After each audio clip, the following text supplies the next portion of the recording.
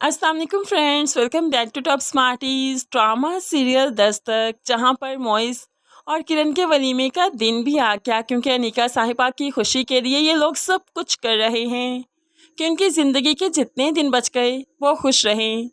लेकिन फ़िरोज़ साहिब ऐसे में उन्हें बहुत बड़ा दुख देने वाले हैं, क्योंकि फ़िरोज़ साहिब सैफ से हाथ जो मिला चुके हैं। फ़िरोज़ साहिब सैफ को वलीमे वाले दिन ही बुलाते हैं कि वो शानी सैफ के हवाले कर देंगे। ऐसे ही वलीमे का फंक्शन स्टार्ट हो चुका है और सैफ भी यहाँ पर बुके लेकर पहुँच चुका है। सबसे पहले आकर फ़िरोज़ साहिब से मुलाकात करता है। फंक्शन को देखा तो कहने लगा, लगता है मुझे लेट हो गई आते आते। तो फ़िरोज़ साहिब कहते हैं, नहीं, बिल्कुल ठीक वक्त पर आए हो और आज ही तुम्हारा काम हो जाएगा।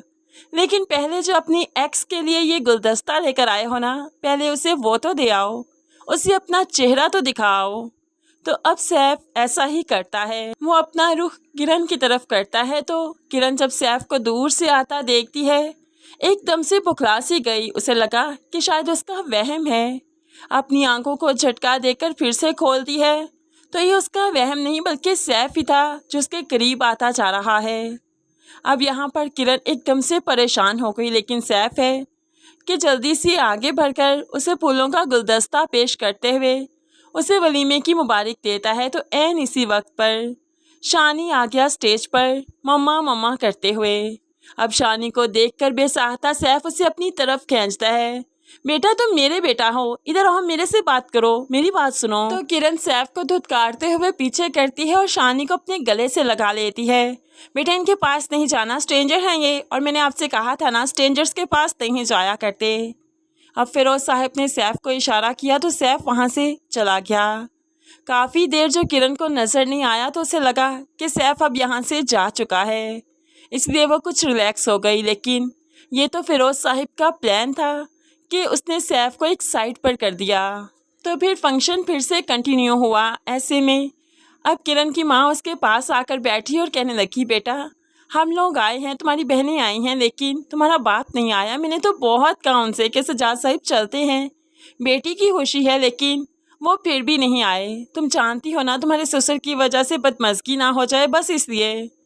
अब यहाँ पर किरण अपनी माँ की सिचुएशन को बहुत अच्छे से समझती है। लेकिन अब यहाँ पर जो मोइस की आंटी आ रही हैं, यहाँ पर हम देखें तो इनका पहले चक्कर कबीर साहिब के साथ था। दोनों आपस में एक दूसरे से मोहब्बत करते थे, शादी करना चाहते थे, लेकिन ये फ़िरोज़ साहिब ही थे जो पसंद की शादी के हमेशा ही खिलाफ थे। तभी तो कबीर साहिब और इनकी भी शादी ना हो सकी और इन्होंने आज तक शादी की ही नहीं। अब आगे चलकर इन दोनों की शादी होगी। लेकिन इस वक्त मोइस को मुबारकबाद देने उसके वलीमे में आ गई। अब यहाँ पर काफ़ी देर से देखा किरण ने कि उसे शानी दिखाई नहीं दे रहा, तो परेशान हो गई। मोइस से कहने लगी, मोइस, शानी कहाँ है? मोइस ने भी नज़रें दौड़ाई, लेकिन उसे शानी नज़र ना आया। जल्दी से उठकर हॉल में देखने लगा, चप्पा चप्पा छान मारा, लेकिन शानी कहीं दिखाई नहीं दिया। मोइस परेशान कि अगर शानी नहीं है तो किरण की तबीयत कैसे संभलेगी, वो तो बीमार हो जाएगी, होप से उसके बच्चे को नुकसान पहुंचे, इसलिए वो चाहता है जल्द अज जल्द शानी मिल जाए। लेकिन शानी कैसे ही मिलेगा, जबकि फ़िरोज़ साहिब ने शानी उसके बाप को सौंप दिया, सैफ के हवाले कर दिया और सैफ तो लेकर यहाँ से निकल भी चुका है। अब यहाँ पर उसकी माँ ने कहा था ये स्ट्रेंजर है, तभी तो शानी बहुत ज़्यादा वावेला कर रहा है, शोर मचा रहा है, मुझे छोड़े, मुझे जाने दे, मुझे मम्मा के पास जाना है, आप स्ट्रेंजर है, आपसे बात नहीं करनी मुझे। तो यहाँ पर सैफ बड़े ही प्यार से कहने लगा, बेटा, मैं स्ट्रेंजर नहीं हूँ, तुम्हारा अपना बाप हूँ, तुम्हारे बाबा। तो यहाँ पर शानी एकदम से चौंक गया, बाबा? मेरे बाबा? लेकिन मामा ने तो कहा कि आप स्ट्रेंजर हैं। तो यहाँ पर सैफ बताने लगा, तुम्हारी मामा झूठ बोल रही हैं, मैं तुम्हारा बाबा हूँ। अब यहाँ पर सैफ लेकर शानी को घर भी जाएगा, अपनी माँ से मिलवाएगा। शानी जब यहाँ पर इतनी अपनायत, इतनी चाहत देखेगा तो जाहिर सी बात है वो फ़िरोज़ साहिब के घर में आना नहीं चाहेगा।